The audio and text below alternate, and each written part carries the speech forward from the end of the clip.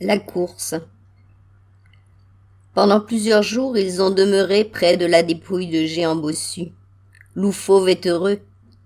Toute la viande que l'on peut souhaiter, de l'eau, et semble-t-il peu de concurrents menaçants dans les environs.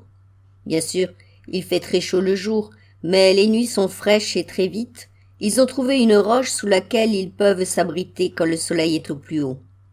En réalité, Deux Pieds tenace ne quitte guère cet abri, où sitôt qu'il a mangé et bu, il se retire pour dormir. Pendant ce temps, Loup Fauve veille ou maraude aux alentours. Tenace reprend des forces. Son sommeil est moins long. Ce matin, il s'est éveillé avant Loup Fauve.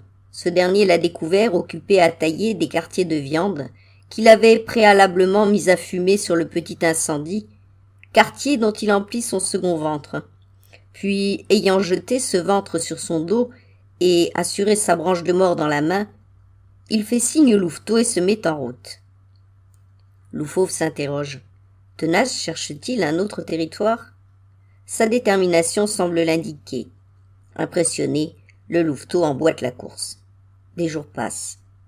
Inlassablement, Tenace va, droit devant lui vers le soleil qui se couche. Loup Fauve ne comprend pas. Souvent, il traverse des territoires où il n'y a personne, ni loup ni Deux Pieds, mais de l'eau et du gibier. D'excellents territoires où demeurer. À croire que Tenace ne sache pas s'en rendre compte, ou que ce ne soit pas là ce qu'il recherche. Tous les 2 ou 3 jours de course, on chasse, on mange. Et puis l'on dort, un jour, parfois 2, mais jamais plus. À peine l'aube annoncée, on repart. Toujours vers le soleil qui se couche, toujours la même course. Le louveteau commence de douter. Le Deux Pieds a-t-il toute sa raison ? Ce matin, Loup Fauve se décourage. L'endroit où ils viennent de séjourner n'est pas de ceux que l'on quitte avec joie. Une région boisée, on y devine une intense vie de gibier et c'est miracle qu'un tel territoire ne soit pas déjà investi de quelques meutes hargneuses, prêtes à tout pour en garder la propriété. Que le Deux Pieds poursuive sa course infernale, Loup Fauve ne le suivra pas. Il reste seul. Cela n'a rien pour l'effrayer. À la différence des loups ordinaires, Loup Fauve a fait l'apprentissage de la solitude dès son plus jeune âge. Cependant, il sait aussi que cette solitude fait les chasses plus longues, plus incertaines et surtout plus pauvres. Il hésite. Il tente un timide hurlement, mais il n'insiste pas. Il sait bien que son appel n'a aucune chance de retenir la course du Deux Pieds et pourrait en revanche attirer l'attention de loups ennemis. Malgré lui, comme à contre-cœur, après de longs instants d'hésitation, Loup Fauve se décide à prendre la piste de son nouvel allié. Et la course reprend. Mais Tenace a beaucoup ralenti. On le sent attentif et presque inquiet. Ce souci gagne Loup Fauve, qui à son tour redouble d'attention. Soudain il s'arrête, aucun doute possible. À 2 oreilles sur la gauche, il les a sentis. Des Deux Pieds, en grand nombre. Les odeurs ne permettent aucun doute.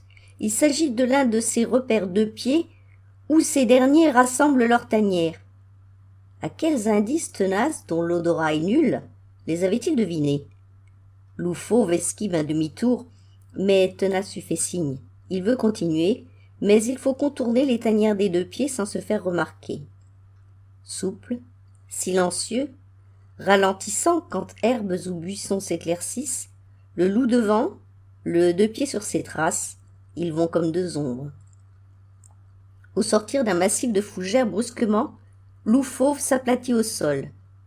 Tenace derrière lui fait de même. Le loup a flairé, mais le Deux Pieds a vu. À moins de 50 longueurs de loup, devant eux, un chasseur Deux Pieds en quête de chasse. Il passe devant eux, continue sa route. Il ne les détecte pas. Il ne saura jamais, celui-là, qu'il est passé si près de sa mort. Redoublant de prudence, le loup devant, ils traversent le territoire sans autre encombre, comme des ombres. Ils n'ont pas laissé de traces, personne ne devinera leur passage. Et c'est ainsi qu'ils font chaque fois qu'ils ont à traverser un territoire Deux Pieds. En revanche, ils ne prennent aucune précaution quand ils parcourent le territoire d'une meute, ce qui arrive souvent. Bien sûr, s'il était seul, Loup Fauve ne progresserait qu'avec circonspection ou rebrousserait sagement chemin avant d'être pris en chasse. Mais la plupart du temps, les loups ont les 2 pieds en horreur, et la seule perception de l'odeur détestée suffit à les éloigner. Seuls certains loups, en général misérables, choisissent de suivre, mais de loin, les meutes de pied, dans l'espoir souvent déçu de s'approprier quelques-uns de leurs restes.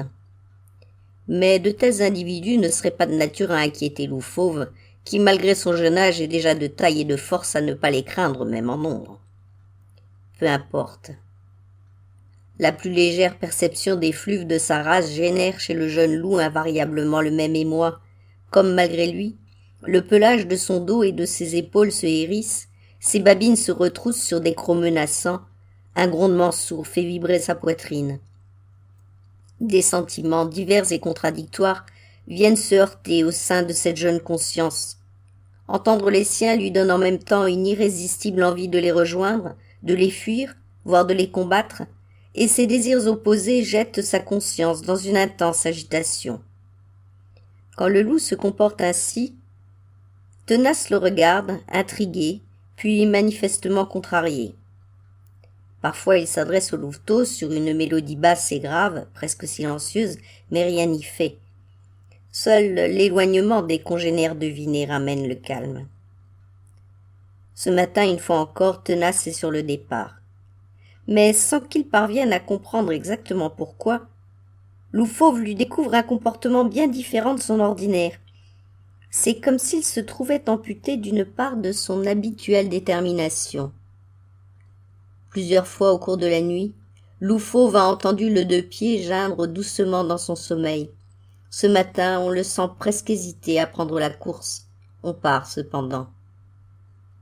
Mais bientôt c'est l'évidence. Tenace n'a pas son entrain coutumier. Son allure est plus lente, sa course incertaine, comme un peu raide et presque heurtée. Ils vont cependant. Ils traversent une zone de grandes herbes où des chemins tracés par des mangeurs d'herbes font une course facile. L'air est frais et un ciel couvert laisse espérer une journée sans chaleur excessive. Soudain, Tenace s'arrête, tombe sur les genoux, puis péniblement s'assied en tailleur sur le sol.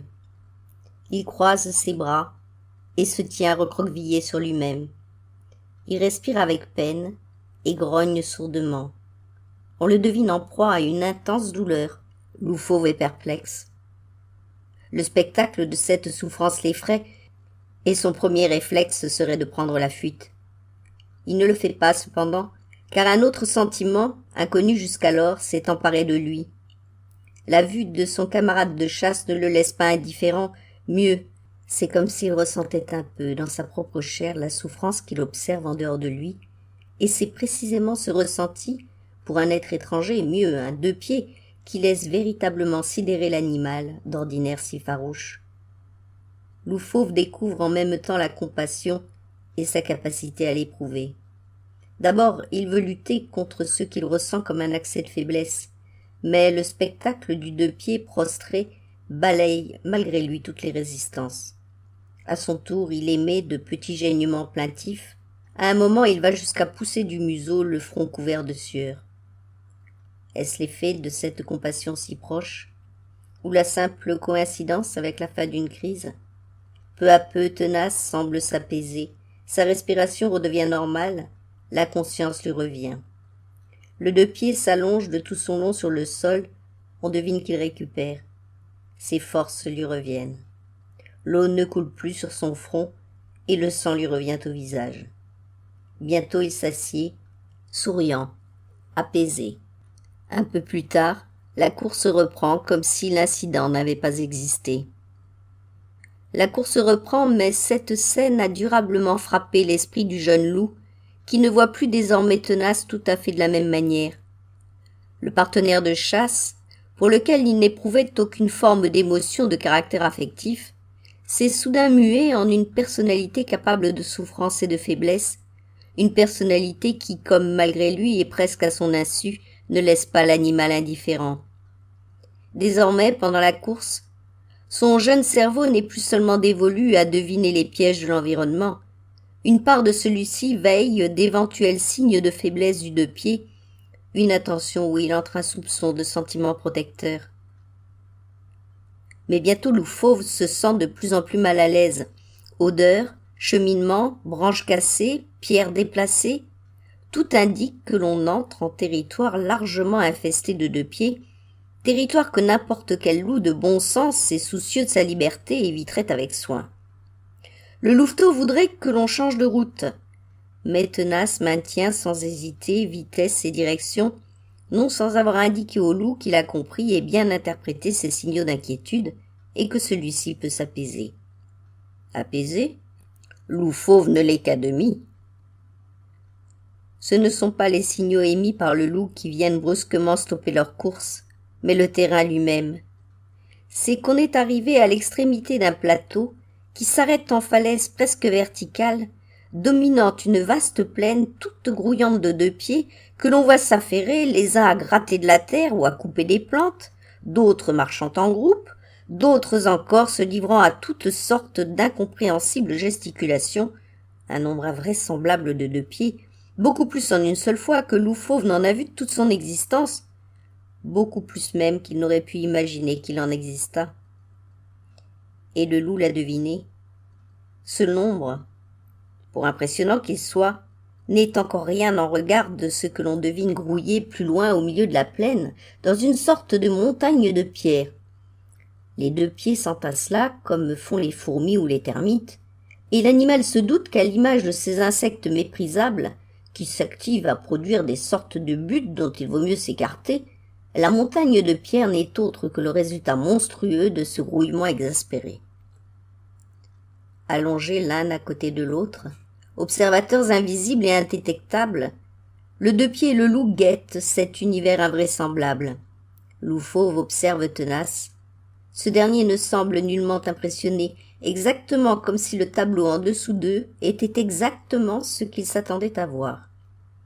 Immobile, impavide, patient, mais qu'attend le deux-pieds?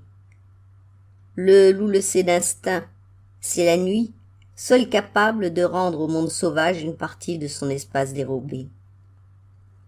En effet, le soir n'est pas tombé que Tenace, se fondant dans l'obscurité, commence de descendre la falaise par un étroit cheminement qu'il semble parfaitement connaître. Le louveteau a compris qu'il ne doit pas suivre, le deux-pieds va revenir. Dans combien de temps? 2 jours? 3 jours? Plus? En réalité, ce n'est pas une question que se pose le jeune animal, chasseur rompu à toutes les patiences. Son flair infaillible l'en a prévenu, les alentours grouillent de petits rongeurs et autres proies, qui ne seront pas festins, certes, mais ne seront pas non plus disettes, et pour l'eau, il sait qu'il en trouvera. Enfin, de son poste de guet, le loup se doute qu'il sera difficile à surprendre. L'attente peut commencer.